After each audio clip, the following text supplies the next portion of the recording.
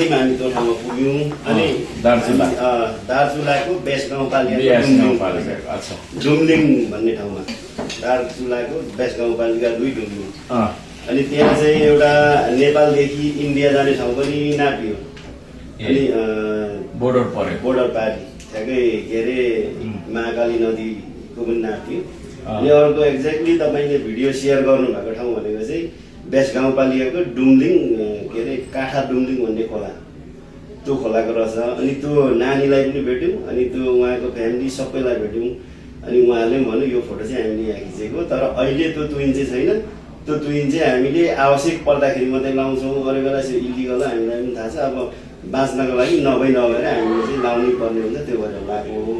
अनि अरू बेला चाहिँ हामीले निकालेर राख्छौँ भनेर अनि त्यो नानी तरेकोमा चाहिँ नेपाल टु नेपालै रहेछ त्यो चाहिँ नेपाल टु नेपाल अनि त्यहाँ चाहिँ त्यो नानी तरेर यता कति मिटर रहेछ त्यो बिलो 100 मिटरमा छिरेको छ अनि त्यो चाहिँ स्टुडेन्टले पनि प्रयोग गर्दो रहेछ झन्डै 15-20 जना स्टुडेन्ट चाहिँ एक दिनमा वारी गर्ने बर्खाको बेलामा चाहिँ स्कुलमा जानु वारीको वारी बारीको बारी यस्तो छ त्यहाँको अनि अब सिजन जुन बोर्डरमा परेकोमा चाहिँ के भयो त्यो बोर्डरमा परेको चाहिँ हामीले यताबाट नाप्यौँ तर पारिपट्टिको पनि हाम्रै नेपाली भाषी दाजुभाइहरू नै हुनुहुँदो रहेछ अनि उहाँहरूले चाहिँ स्थानीय तहमा गर्दाखेरि यो हुन्छ हामी तपाईँहरूलाई जति सहयोग गर्न रेडी छौँ तपाईँहरूको सामान कहाँ राख्नुहुन्छ घर यहाँ हामी खाली गरिदिएर रेडी राख्नु त्यो चाहिँ कति रहेछ स्प्यान त्यो चाहिँ झन्डै 200 करिबन अनि अहिले चाहिँ हामीले फर्स्टमा चाहिँ मात्रै हेरौँ भन्ने कुरा त्यहाँको नानी तरेको एउटा त तपाईँले त्यही भिडियो सेयर गर्नुभएको अनि एक्ज्याक्ट त्यही ठाउँ पनि पऱ्यो ट्विन त त्यो एरियामा थुप्रो होला नि ट्विन चाहिँ त थुप्रो हुँदो रहेछ तर उनीहरूले अहिले चाहिँ निकालेर राख्ने क्या अनि त्यो सिडीहरू हामीले त्यो प्रशासनमा कुरा गर्दाखेरि इलिगल हो यो निकाल्नु लगाएको छौँ निकालेका छौँ भन्छ तर अब जाँदाखेरि उहाँहरूले आफै टाँगिहाल्ने अनि त्यो जुन प्रयोग गर्नुपर्ने डिभाइसहरू चाहिँ होममेड के सबै अनि कहिले काहीँ चाहिँ अब त्यो पग्लिएर अब चुटिएर खस्ने मेन प्रब्लम त्यसको सेफ्टी टेस्ट हुँदैन नि त त्यो हिसाबले गर्दाखेरि चाहिँ कहिले काहीँ इन्सिडेन्ट भएर मान्छे लट्ठा लानु पर्दा चाहिँ कति दिन लाग्ला त्यो त बाटो देखिनँ मैले गाडीको लट्ठा त यस्तो छ यता नेपाल टु नेपाल लाँदाखेरि झन्डै 1 घन्टा जति हामी खाली हिँडेर पुग्यौँ भनेपछि त्यो लट्ठा मोटामोटी 3 घन्टा 4 घन्टामा पुऱ्याउँछ अनि त्यहाँ चाहिँ यस्तो पनि छ क्या अलिकति हामीले तेल लाउने पैसासम्म दियौँ भने त्यो बाटो चाहिँ आर्मीले मोटामोटी फुटाइसकेको छ र डोजर लाएर त्यस्तै 5-6 दिन जति डोजरले सफा गरिदियो भने त्यो बाटो क्लियर हुन्छ ट्र्याक्टर छिर्छ अनि दुईवटा फाइदा हुन्छ एउटा चाहिँ अब त्यहाँको स्थानीय जनतालाई पनि राम्रो हुने भयो स्पेसली कतिजनाको टिम पो हुनुहुन्थ्यो त्यहाँ हामी धरानबाट 2 जना धरानबाट 2 जना हो 2 जना पत्रकार होइन 4 जना यताबाट कति धरानबाट 5 जना भयो ड्राइभर सुत हामी यहाँबाट 6 जना अनि त्यसमा तेज दाइ पनि जानुभएको थियो उहाँ त प्लेनमा होला होइन प्लेनमा जानुभयो एयरपोर्ट चाहिँ कहाँ रहेछ त्यहाँ एयरपोर्ट धनगढीबाट चाहिँ कति घन्टा लाग्दो रहेछ गाडी धनगढीबाट चाहिँ गाडीमा 2-2.5 घन्टामा दार्चुलाको त्यो के अरे त्यति मात्रै लाग्छ उमा पुगिन्छ त्यो जिल्लामा त्यसबाट त फेरि जानु पर्यो 1 दिनमा पुगिन्छ जस्तो धनगढीबाट डुम्लिङ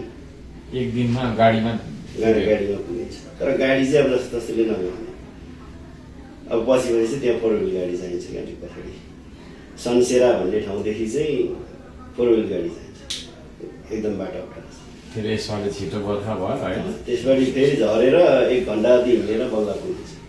तर बाटो खुल्लाइयो भने चाहिँ त्यहाँ दुईवटा फाइदा हुन्छ एउटा पुल पनि बन्छ अर्को बाटो पनि पुगिन्छ अनि हामीलाई ढुवानी गर्नु पनि सजिलो नेपाल अब इन्डियाबाट गयो भने चाहिँ फेरि दार्चुलाबाट 1 घन्टामा पुगिहाल्छ त्यो पारी जाने ठाउँ छ दार्चुलाबाट पारी बारचुला भन्छ अनि त्यहाँबाट पारी गएर चाहिँ फेरि 70 रुपियाँ भाडामा चाहिँ त्यो ठाउँसम्म हाम्रो डुम्लिङको पारिपट्टिसम्म आइपुग्छ अनि त्यहाँदेखि चाहिँ फेरि खोला तरेर नेपाल खोला चाहिँ के भयो मालगाउँ होइन त्यहाँ मालगाउँमा त हुन्छ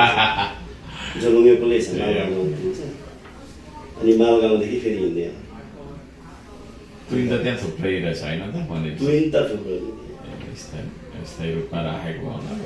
उहाँले त स्थानीयले भन्दा लुकाएरै राखिरहेको हुन्छ तर चाहेको बेला लाउने अब अहिले हिउँदमा चाहिँदैन काठको फुलहरू लगाइरहेको छ पछि बर्खामा चाहिँ लाउने त्यस्तो हुन्छ वारिपारि चाहिँ किन उनीहरू तर्नु पर्दो रहेछ घाँस लाउँदा पनि झारेको देख्छु म त्यो हो होइन वारिपारि इन्डिया जानुको मेन कारण चाहिँ सामान ल्याउनु अब यताबाट बजार छैन यताबाट बजार छैन बर्खामा त पुरै बाटो बन्दै हुन्छ अनि त्यसपछि नजिक भनेको पारि हो पारि जाँदाखेरि चाहिँ त्यही तुइन बाटोमा अब कि चाहिँ यता घुमेर जानु पर्यो माल गाउँतिर अनि त्यो चाहिँ छिटो पनि हुने भनेर सामान थाल्नु गाउँ चाहिँ कति बाक्लो रहेछ त हाम्रो गाउँ त्यहाँ टोटल 105 घर 105 घर टोटल जनसङ्ख्या चाहिँ 500 वरिपरि 480 हाराहारीको जनसङ्ख्या अनि यो अहिले हामीले जुन टार्गेट गरेको ब्रिजलाई यो भने चाहिँ स्टुडेन्टले एउटा फाइदा गर्ने हो एउटा खेती किसान गर्ने वारिपारि गाउँमा गर्ने हो अनि अर्को चाहिँ उनीहरूको मेन त्यहाँको सर्भाइभ गर्ने भनेको चाहिँ त्यो सानो नानी त के छोरा कि छोरी रहेछ छोरी छोरी त्यो उसमा खेल्यो के अरे त्यो आमा बाउसँगै भएकै उयो हो उयो अनि त्यही आउँछु त्यो के अरे काटेको रहेछ कि क्या हो मतलब छोरी त्यो बगर भने के अरे तान भन्ने त्यो आमा हुनुहुन्थ्यो नि उहाँलाई पनि भेट्यौँ अनि हामीले उहाँको फोटो चाहिँ अहिले फ्ल्यास नम्बर दिने भनेर सल्लाह गरेर सामाजिक सञ्जालतिर चाहिँ हालेको छ इन्टरभ्यू नै दिएको थियो त आमा बाउले दिनुभयो तर त्यो साइडबाट मात्रै नानीको चाहिँ निकाल्दैछ अनि हामीले गोपाल दाइले त्यसो ठिकैको नै कुरा सारी किन उहाँहरू पनि पुग्नु भयो नि त गोपाल दाइ तपाईँ कहिले आइपुग्नु भयो यहाँ म अहिले भर्खर आएको घर गएको छैन गोपाल दाइहरू पनि अहिले भाग्नु पुग्नु हो ठिक छ त्यता लाग्नु है त ल थ्याङ्क यू